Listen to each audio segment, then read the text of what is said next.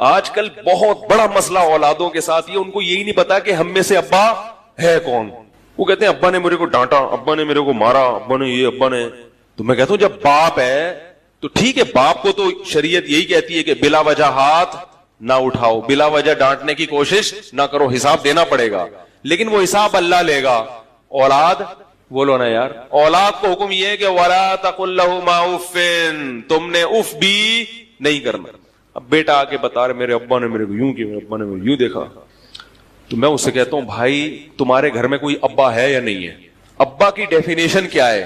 جو کبھی یوں دیکھے اور کبھی لوگ سمجھتے ہیں ابا کی ڈیفینیشن یہ ہے کہ جو کھلا کھلا کے آدھا ہو جائے، پلاٹ بھی خریدے، جائیدادیں بھی خریدے ہمارے لیے، کھلائے بھی، اسکولوں کی فیسیں بھی دے، وین کی فیسیں بھی دے، لنچ کے پیسے بھی دے، لنچ کا ڈبہ بھی لے کر آئے، اسکول کی کتابیں بھی لے کر آئے، اسکول کا بکسا بھی لے کر آئے، پھر جو اسکولوں میں مختلف قسم کے ایونٹ ہو رہے ہیں ان کے پیسے بھی جمع کرائے، اور بس کھلاتا رہے، پلاتا رہے، اپنی ذمہ داریاں پوری کرتا رہے. اس کو کیا کہتے ہیں ڈکشنری میں؟ اس قسم کی صفات جس میں پائی جائیں گی. بھائی ڈی این اے ٹیسٹ تو کوئی بھی نہیں کراتا نا، انہی حرکتوں سے بچوں کو پتا چلتا ہے کہ یہ ہمارے ابا سے فیل ہو رہے ہیں ہم کو. یہ بھائی جو بھی گھر میں اس قسم کی ایکٹیویٹیز کرے گا اس کو دیکھو، بچے ڈکشنری کو نہیں مانتے نا بھائی، سائنسی زبان میں تو باپ کی ڈیفینیشن کچھ اور ہے، وہ تو ڈی این اے سے پتا چلتا ہے نا، لیکن جو حقیقت میں ابا کی صفات ہے وہ کیا ہے؟ بچے کو ابا کی کیسے پہچان ہوتی ہے؟ اب دیکھو میرا اتنا چھوٹا سا بچہ ہے 2 سال کا، جیسے ہی گھر میں داخل ہوتا ہوں ابو ابو کہتا ہے، اس کو کیا پتا کہ ابو کیا ہوتے ہیں؟ لیکن بچے کے دماغ میں کچھ چیزیں ہوتی ہیں، ان سے وہ اندازہ لگاتا ہے کہ جس میں اس قسم کی چیزیں پائی جائیں گی وہ کیا ہوں گے؟ بولو بھائی، اس کو عرف میں ابو کہتے ہیں. بچے اس سے اندازہ لگاتے ہیں. بھائی جو ہر وقت گود میں اٹھا کے رکھتی ہے، بچہ سمجھ جاتا ہے یہ میری ماں ہے، حالانکہ اس نے نادرا کا کوئی سرٹیفکیٹ نہ دیکھا نہ پڑھا کہ بھئی والدہ کا نام کیا ہے. جو ماں اس کو، جو عورت اس کو فیڈ کرا رہی ہے، جو اس کو ہر وقت چھاتی سے لگا کے رکھتی ہے، جو ہر وقت اپنے پاس سلاتی ہے، اس کی پوٹیاں صاف کرتی ہے، پیمپر چینج کرتی ہے اور دن رات اس کی خدمت کرتی ہے، بچہ اس قسم کی صفات جس عورت میں ہوں گی بچہ اندازہ لگا لیتا ہے یہ کیا ہے؟ ماں ہے. لہذا بچہ جب کسی دوسرے بچے کو دیکھتا ہے، دوسرے بچے کو دیکھتا ہے کہ یہ عورت اس کے بچے کے ساتھ ایسا کر رہی ہے، تو وہ فوراً حکم لگا دیتا ہے کہ یہ تمہاری کیا ہے؟ امی ہے. اس کو بتانے کی ضرورت نہیں ہوتی. غلط تو نہیں کہہ رہا بھائی؟ اسی سے بچہ اندازہ لگاتا ہے نا کہ یہ ہماری امی اور وہ والی لڈو کی امی، گڈو کی امی. تو سب کی امیوں کا بچے کے ذہن میں ایک ہوتا ہے جس میں یہ صفات ہوں وہ امی ہوا کرتی ہیں. تو ایسے ہی بچے کے ذہن میں ایک چیز بیٹھ جاتی ہے، قدرت بٹھا دیتی ہے، جو اس قسم کی چیزیں کرتے ہوں وہ کیا کہلاتے ہیں؟ ابا. جو گھر میں آتے ہی ہے بھائی چنگیز خان کی طرح داخل ہوں، کیا پکایا ہے کیا، اور ایک دم آ کے پوچھ گچھ شروع کر دیں، ہاں بھائی نماز پڑھی ہے، ہاں بھائی ہوم ورک کیا ہے، ہاں بھائی یہ کیا ہے، ہاں بھائی وہ کیا ہے، بیگم تمہیں تو تمہاری تو اماں آ کے بیٹھی رہتی ہیں ہر وقت پڑھے. تو یہ جو ڈیزائننگ یعنی جس میں اس قسم کی چیزیں پائی جائیں، پھر چیز جس سے مانگی جائے، پیسے جس سے مانگے جائیں، اسکول کی فیسیں جو ادا کرتے ہیں، گیس بجلی کا بل جو پے کرتے ہیں، کرایہ جو دیتے ہیں، یا گھر جن کا ہے، تو بچے سمجھتے ہیں کہ وہ کیا کہلاتے ہیں؟ بولو نا یار، ابا. تو میرے بھائی ابا کی صرف اتنی ڈیفینیشن اگر ہوتی تو وہ ابا کم ملازم، بولو نا یار، زیادہ ہے. وہ ابا کیا ہوا؟ وہ ساری خدمتیں کر رہا ہے آپ کی. وہ تو ابا کو آنکھیں دکھانے کی اتھارٹی بھی. دیکھو میں آپ کو پنجاب کی حکومت کا ایک واقعہ سناتا ہوں. میں کو ایجوکیشن کے خلاف چیخ چیخ کے تھک گیا کہ یار کو ایجوکیشن کو ختم کرو. ابھی کچھ دن پہلے میں بہت بڑے عالم کے پاس بیٹھا ہوا تھا، میں ان سے سامنے رو رہا تھا، حضرت یہ کو ایجوکیشن سسٹم تو ہمارے معاشرے کو کیا کر رہا ہے؟ تباہ کر رہا ہے. اب پی ٹی آئی سے کی حکومت آئی ہے تو کچھ عمران خان سے رابطہ کریں علماء، ان کو بولیں بھائی یہ اللہ کا واسطہ یہ سیٹ اپ کیا کرو، ختم کرو. تو انہوں نے پھر واقعہ سنایا پرانی کسی حکومت کا، پنجاب کی، میں نام نہیں لوں گا، کہ حکومت نے پنجاب میں جتنے بھی اسکول ایسے تھے جو کو نہیں تھے ان کو بھی کو کرنے کا فیصلہ کیا. تو علماء گورنمنٹ کے پاس گئے.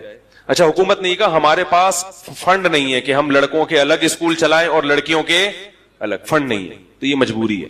تو کچھ علماء گئے حکومت کے پاس اور کہا کہ بھئی آپ کیا کر رہے ہیں کہ یہ غلط ہے، دیکھیں یہ تو نہیں ہے. تو اس نے کہا بھئی فنڈ ونڈ کا مسئلہ نہیں ہے، تو ہم نے قوم کو الو بنانے کے لیے فنڈنگ کی بات کی ہے. بات یہ ہے کہ جو ہمیں فنڈ دیتے ہیں باہر والے ویسٹرن، ان کی پالیسی ہے کہ یہ فنڈ جب ملے گا جب لڑکے لڑکیاں، حالانکہ دیکھو اس کا تعلیم سے کیا تعلق، قرضے کہاں سے ملتے ہیں؟ آئی ایم ایف سے ملتے ہیں نا. تو یہ شرط لگائی ہوئی ہے کہ پیسہ اسکول کے لیے تعلیم کے لیے اس صورت میں دیا جائے گا جب لڑکے لڑکیوں کو اکٹھا بٹھاؤ گے. نہیں آ رہی میرا خیال ہے بات. تو اگر ہم یہ کو سسٹم ختم کر دیں تو باہر سے پیسہ آنا بند. پھر اس وزیر اعلیٰ نے یہ کہا کہ جس کا کھاتے ہیں چلے گی بھی, ارے بولو نا یار, اسی کی. صاف لفظوں میں کہہ دیا بھائی جس کا کھا رہے ہیں پالیسیاں بھی انہی کی, پیسے بھیک کی طرح ان سے لے رہے جو بھیک دے رہا ہے, تو پالیسی بھی اسی کی چلے گی نا. بالکل صحیح کہا. جب آپ بھکاری بن جاؤ تو پھر آپ کی اپنی کوئی پالیسی نہیں ہوتی. اور ان قرضہ دینے والوں کی سوچ پہ بھی لعنت ہے. ان کو تعلیم سے مطلب نہیں ہے, بھلے یہ کوئی شرط ہے بھائی تمہیں ایجوکیشن چاہیے تو تمہیں کیا ہے کہ دونوں کو اکٹھا بٹھاؤ. اس کا مطلب یہ کچھ کام یعنی مدد کے بہانے بہت ساری چیزوں پہ ہمارے کلچر پہ ڈاکہ ڈال رہے ہیں. ان کو پتا ہے کہ کچھ ان کی خدمت کرو اور اس کے بہانے بہت ساری چیزیں اپنی منواؤ ان سے. اس سے پتا چلتا ہے کہ وہ ہمارے فیملی سسٹم کو تباہ کرنے میں کتنے حساس ہیں کہ ان کا خاندانی نظام تباہ کرو. ان کے ہاں ڈاکٹر پیدا ہوں, انجینئر پیدا ہوں, مگر مہذب لوگ پیدا نہ ہوں, کیونکہ اسکولنگ پہ تو خرچ کر رہے ہیں لیکن ہمارے فیملی سسٹم کو بچانے کی بجائے تباہ کرنے کی کوشش میں لگے ہوئے ہیں. تو اس سے پتا چلتا ہے کہ ان کو ڈاکٹروں سے تکلیف نہیں ہے, ان کو اس سے ہے کہ یہ, کیونکہ یاد رکھو غیرت مند لوگ ہمیشہ خاندانوں میں پیدا ہوتے ہیں. جس کے نہ ابا کا پتا نہ اما کا پتا, وہاں غیرت مند لوگ پیدا نہیں ہوتے.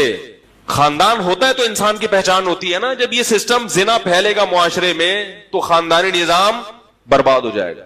جیسے وہ خود برباد ہو گئے تو وہ چاہتے ہیں کہ ہم بھی کیا ہو جائیں, برباد ہو جائیں. تو میں یہ کہہ رہا تھا کہ ہمارے وزیر اعلیٰ نے ارشاد فرمایا کہ جس کا کھا رہے ہیں پالیسی بھی اسی کی چلے گی. کاش گھروں کی خواتین کو یہ بات سمجھ میں آ جائے کہ جس کا کھا رہی ہو بھائی پالیسیاں بھی, ہائے ہائے ہائے, آہستہ بولتا ہوں, خواتین کے بارے میں جب بات آتی ہے آواز کیا ہو جاتی ہے, سلو ہو جاتی ہے, کیونکہ ہم بھی ایک شوہر ہیں, ٹھیک ہے, ہم بھی مجبور ہیں بھائی. تو پالیسیاں بھی کس کی چلیں گی, اور اس کی پالیسی کے خلاف جب ہوگا تو اس کو آنکھیں دکھانے کی اجازت بھی, بولو بھائی, ہوگی. تو جب ابا گیس بجلی کا بل بھی دے رہا ہے, ابا کرایہ بھی دے رہا ہے, گھر بھی ابا کا ہے بھائی, اور سارے خرچے کون اٹھا رہا ہے, ابا اٹھا رہا ہے, تو پالیسی کس کی چلے گی. اسلام کہتا ہے, اسلام تو نیچرل مذہب ہے نا, تو گھر میں پالیسی کس کی چلے گی بھائی, ابا کی چلے گی. تو جب پالیسی کے خلاف ہوگا تو ابا کو آنکھیں دکھانے کی اجازت بھی, بولو نا یار, ہوگی. کہہ رہے نہیں ہوگی, جی بات, آنکھیں دکھانے کی اجازت بھی ابا کو ہوگی. پھر ابا اگر بیٹے کو ٹیڑھی آنکھوں سے دیکھیں کہ بیٹا تجھے کم بخت تجھے کھلا کھلا کے اتنا بڑا مسٹنڈا بنا دیا, اب جو میں کہہ رہا ہوں وہ تو کر, بچہ نہیں کرے گا تو ابا ٹیڑھی آنکھوں سے اس کو دیکھ سکتا ہے, ڈانٹ بھی سکتا ہے. پھر بچے کو یہ الاؤ نہیں ہے کہ مفتی صاحب کو فون کرے کہ میرے ابا مجھے ایسا کیوں کہہ رہے تھے. اگر وہ بچہ شکایت کرے گا تو اس کی مطلب ہوگا کہ بچے کی نظر میں باپ کی جو ڈیفینیشن ہے وہ یہ کہ وہ کھلا کھلا کے جوان کر دے, پلائے کھلائے, سارے خرچے برداشت کرے, مگر چلے گی کس کی, ہماری. تو یہ ڈیفینیشن غلط ہے, سمجھ رہے ہو. اس کو اپنی ڈکشنری میں تھوڑا سا چینج کر لیں, تھوڑی سی کریکشن کر لیں, اس میں اضافہ کر دیں کہ سارے خرچے ابا اٹھائے گا, بوقت ضرورت آنکھیں بھی دکھائے گا. سمجھ رہے ہو. اور کبھی کبھار بھائی کبھی کبھار طبیعت سے چترول بھی, بولو نا یار, لگائے. اسلام میں باپ کو اجازت ہے کہ وہ اولاد کو بوقت ضرورت چترول, بولو نا یار, لگا سکتا ہے. اور اولاد کو حکم ہے کہ جب چترول لگے تو تمیز سے, بولو نا بھائی, کھا لیا کرو. کمپلین, بولا کوئی بات نہیں, لگا دیا تو لگا دیا, چلتا ہے یار, پٹیں گے نہیں تو پھر انسان کیسے بنیں گے. لیکن بلا وجہ نہ مارے. آپ باپ بھی بیٹھے ہوئے ہیں یہاں پہ, خام خامے جا کے چترول شروع کر دیا آپ نے. اچھی بات تو یہ ہوتی ہے جو کام اخلاق سے ہوتا ہے وہ مار پیٹ سے نہیں ہوتا.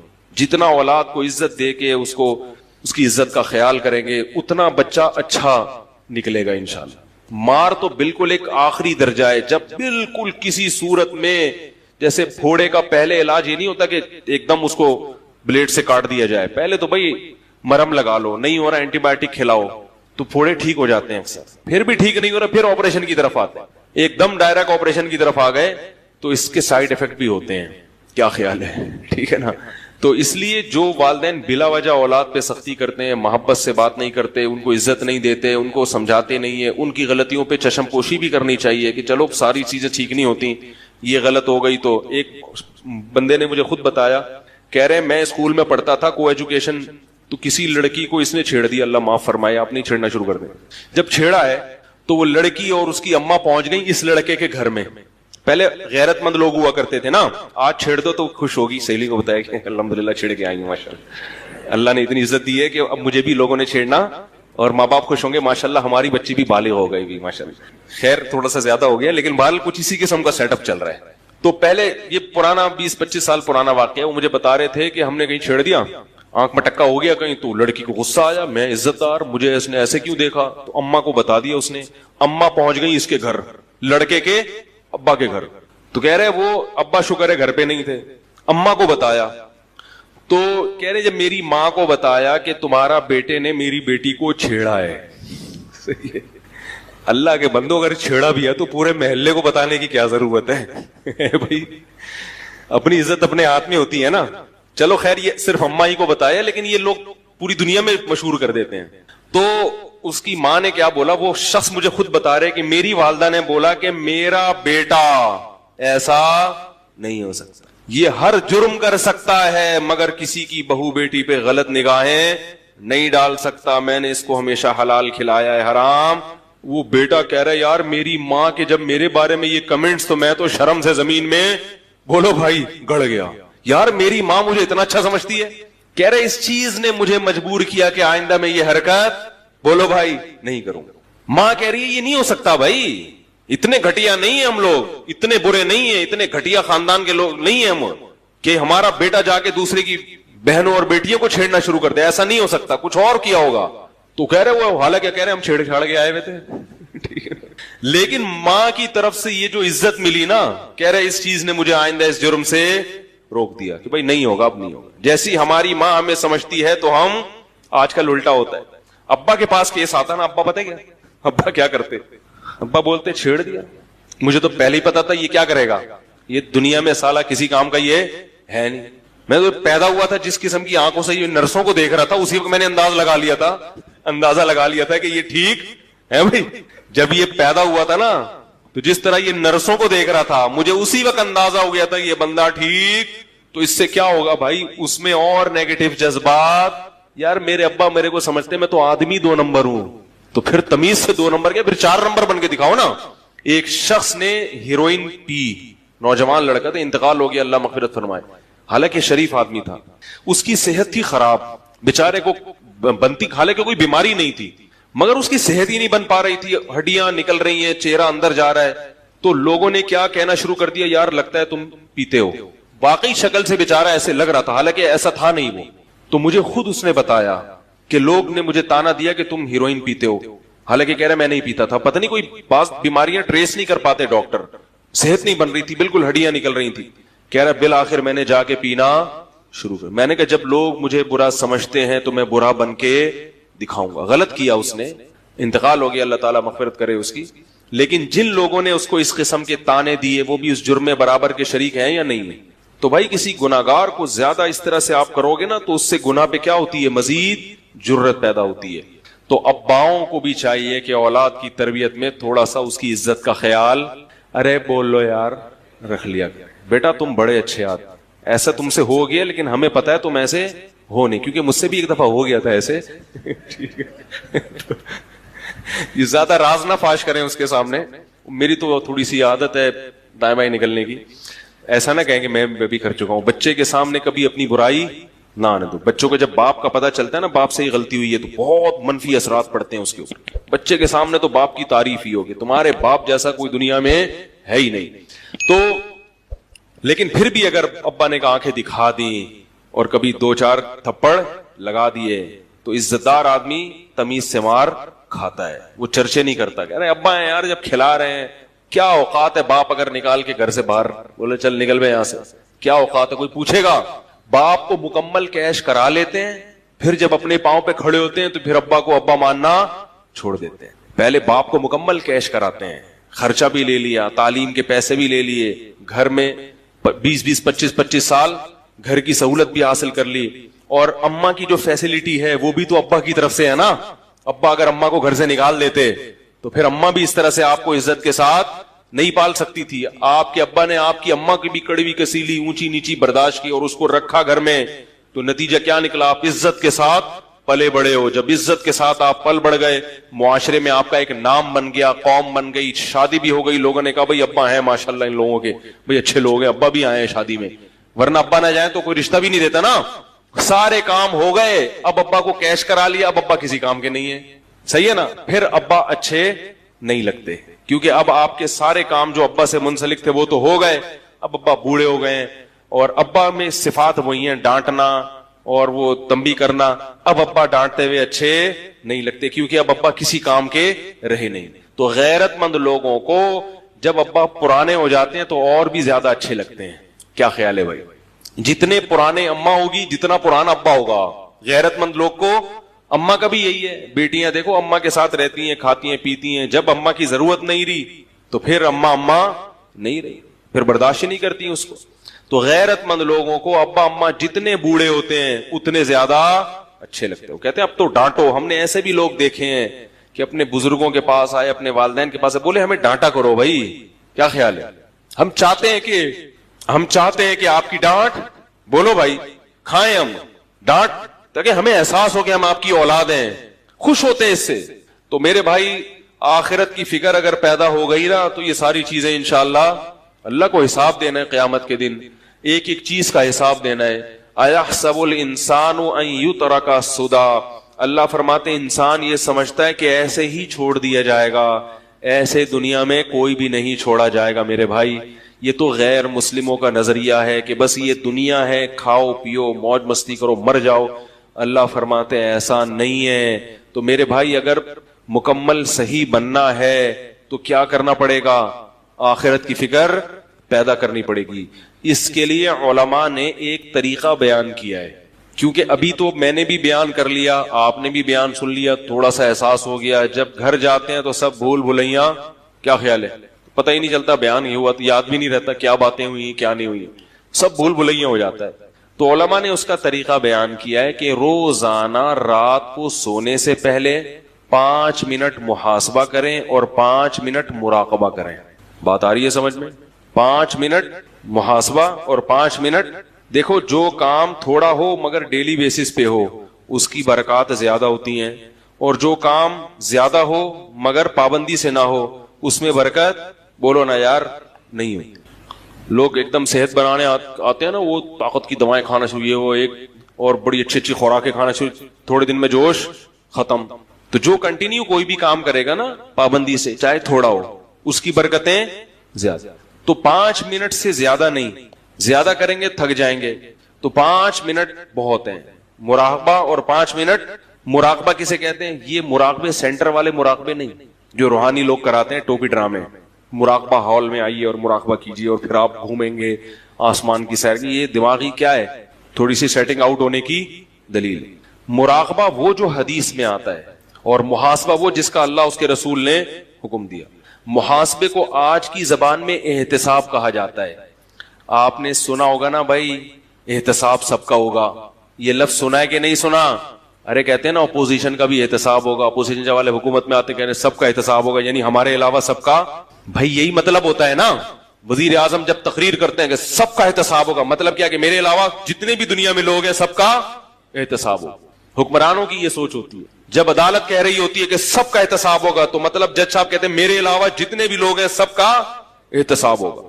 تو احتساب کا مطلب چیک کرنا کہ کیا کر رہے ہو, ٹھیک ہے نا, کتنی تمہارے اندر جرائم ہیں, کتنی غلطیاں ہیں, کتنی خوبیاں ہیں. تو یاد رکھو اللہ اس کے رسول نے ہمیں جو حکم دیا نا محاسبہ کرنے کا, جو احتساب, وہ محاسبہ تھوڑا سا اس سے مختلف ہے. اس میں یہ کہ کسی کا بھی احتساب نہیں ہوگا, صرف کس کا ہوگا؟ بولو نا یار, میرا ہوگا. کسی کا محاسبہ نہیں. محاسبہ احتساب, اردو میں احتساب کہتے ہیں تو وہ آسان لفظ ہے. صرف کس کا احتساب ہوگا؟ میرا. اور کون کرے گا؟ خود کروں گا میں. میں یہ نہیں دیکھوں گا میری بیوی کیا کر رہی ہے, میری اماں کیا کر رہی ہے, میرے ابا کیا کر رہے ہیں, میرے بچے کیا کر رہے ہیں, میرا پڑوسی کیا کر رہے ہیں, میرا باس میرے ساتھ کیسا ہے, میرے امپلائیز میرے ساتھ کیسے ہیں. نا نا نا نا نا نا, میں اپنا محاسبہ کروں گا کہ میں اللہ کے ساتھ اور اللہ کی مخلوق کے ساتھ کیسا ہوں. اپنی خامیاں تلاش کروں گا. جس کو اس چیز کی عادت ہو گئی بس وہ سمجھو کامیاب ہو گیا.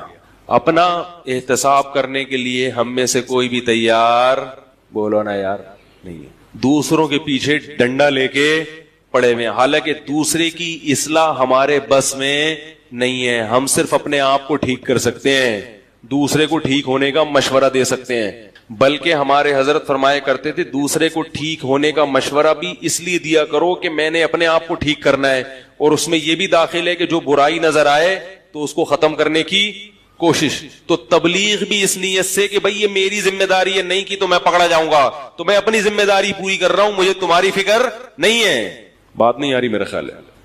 تو اپنی ذمہ داری. تو 5 منٹ روزانہ بیٹھ کر اپنے بارے میں سوچنا ہے کہ میں اللہ کے ساتھ اور اللہ کی مخلوق کے ساتھ ٹھیک ہوں یا نہیں ہوں. اللہ کے ساتھ ٹھیک ہونے کا کیا مطلب؟ نماز ٹائم پہ ہو رہی ہے کہ نہیں ہو رہی، نظر کی حفاظت ہو رہی، انٹرنیٹ پر بےہودہ فلمیں تو نہیں دیکھ رہا، انٹرنیٹ پر فحش چیزیں تو نہیں دیکھ رہا. یہ مخلوق کا حق نہیں ہے، یہ کس کا حق ہے؟ اس میں مخلوق نہیں پوچھے گی، اللہ پوچھے گا. سمجھ رہے ہو کہ نہیں سمجھ رہے؟ حج میں نے کیا ہے کہ نہیں کیا؟ اتنے پیسے آ گئے میرے پاس، حج تو ابھی تک ہوا نہیں ہے، پلاٹ پہ پلاٹ لیے جا رہا ہوں. زکاتیں دے رہا ہوں کہ نہیں دے رہا؟ زکات کے علاوہ ہر مہینے میں اپنے اماؤنٹ میں سے کتنا اللہ کے لیے صدقہ کرتا ہوں. اللہ نے تو نعمتوں کی بارشیں برسا دی ہیں، لیکن اس کو خوش کرنے کے لیے میں اس کی راہ میں خرچ کرنے کے لیے تیار نہیں ہوں. محلے کی مسجد ہے، کبھی انتظامیہ سے پوچھا کہ اس کے مصارف کتنے ہیں؟ پورے ہو جاتے کہ نہیں ہوتے؟ میں بھی اسی محلے کا نمازی ہوں، تو میرا بھی فرض بنتا ہے کہ اس مسجد میں اگر کوئی کمی ہے تو میں وہ کمی، جس محلے سے میں بھی آپ رہتے ہیں، مدرسہ ہے، اس کی ذمہ داری کس پر ہے؟ مسلمانوں پر ہے. تو یہ سب اللہ کے حقوق ہیں. اور پھر مخلوق کے. بیگم کے ساتھ میرا رویہ کیسا ہے؟ سمجھ بھی نہیں آ رہا میرا خیال. اس کو کتنا ٹائم دیتا ہوں روزانہ؟ اگر ٹائم کی کمی ہوتی ہے، کسی دن بہت مصروف ہے، 2-4 دن گھر نہیں آیا آفس سے، مدنی مسجد کا کہہ کے کہیں نکل لیے، تو پھر اس کی تلافی کرتا ہوں کہ بھائی لوگ کہتے ہیں نا یار ہم تو 12 بجے آتے ہیں، صبح 6 بجے نکلے، کیسے ٹائم دے؟ تو میں کہتا ہوں بھائی چھٹی والے دن تلافی کر لو، قضا کر لو. جیسے ہر چیز کی قضا ہوتی ہے نا، سفر میں روزے نہیں رکھ سکے تو حضر میں کیا کرنے پڑیں گے؟ کیا خیال ہے بھائی؟ ایک PIA کے پائلٹ تھے بڑے اچھے زبردست، کہتے ہیں ہمیں تو ٹائم ہی نہیں ملتا، ہم تو ہر وقت ہوا میں ہی رہتے ہیں. تو میں نے کہا جب آپ ہوا میں کہیں جائیں، گھر والوں کو ٹائم نہیں تو کبھی کبھار ہوا میں ہی اپنے ساتھ بیگم کو بھی. کیا خیال ہے بھائی؟ آپ نے کراچی سے لاہور پرواز ہے آپ کی، وہاں آپ کا 2 دن ہوٹل میں اسٹے ہوگا، تو بیگم سے بولیں چلو بھائی اس دفعہ تم بھی چلو، تو اس طرح ہوا میں ہی ٹائم دے دیں گے آپ. اور ظاہر ہے ہوا میں ہی تھوڑی رہیں گے، زمین پہ بھی. آپ گیز بک آف ورلڈ میں اپنا نام لکھیں گے، میں بیگم کو کہاں ٹائم دیتا ہوں؟ ہوا میں. ٹھیک ہے نا؟ تو خیر ہر چیز کا جب محاسبہ کرو گے نا تو آلٹرنیٹ. ابا کو ٹائم، ابا کو بھی تو ٹائم دینا ضروری ہے میرے بھائی. ابا کو کتنا ٹائم دیتا ہوں، اماں کو کتنا ٹائم دیتا ہوں. رشتہ دار ہیں، خونی رشتے ہیں، پھپھی خالہ، سالوں سال ہو گئے ان سے ملنے کی نوبت نہیں آتا. ایک صاحب نے کہا ہمارے ابا پڑھاکو ہیں، وکیل ہیں، پڑھتے رہتے ہیں، 2 سال ہو گئے اپنی بہن سے بولتے کیوں نہیں یار نہیں ملے. ابا سے بولو تو ابا کہتے ہیں بہن کون سا ملتی ہے. تو میرے بھائی نبی نے فرمایا رشتہ داری جوڑنا یہ نہیں ہے کہ جو ملے تو ملو، رشتہ داری جوڑنا یہ ہے کہ جو نہیں ملے پھر بھی تم اس سے کیا، تم نے تو اپنا احتساب کرنا ہے نا. تم بہن کا احتساب کرنے کے لیے تھوڑی بیٹھے ہو. ارے محاسبے میں یہ تھوڑی کرنا ہے کہ بہن مجھ سے کتنا ملتی ہے کتنا نہیں ملتی، الٹا محاسبہ. تم نے تو یہ کرنا ہے کہ میں اپنی ذمہ داری پوری کر رہا ہوں یا بولتے کیوں نہیں یار نہیں. تو روزانہ 5 منٹ کریں گے کہ نہیں کریں گے بھائی. اور دوسرا ہے مراقبہ. 5 منٹ کا وقت بہت ہو گیا، یہ میرا خیال ہے جمعے کی نماز کے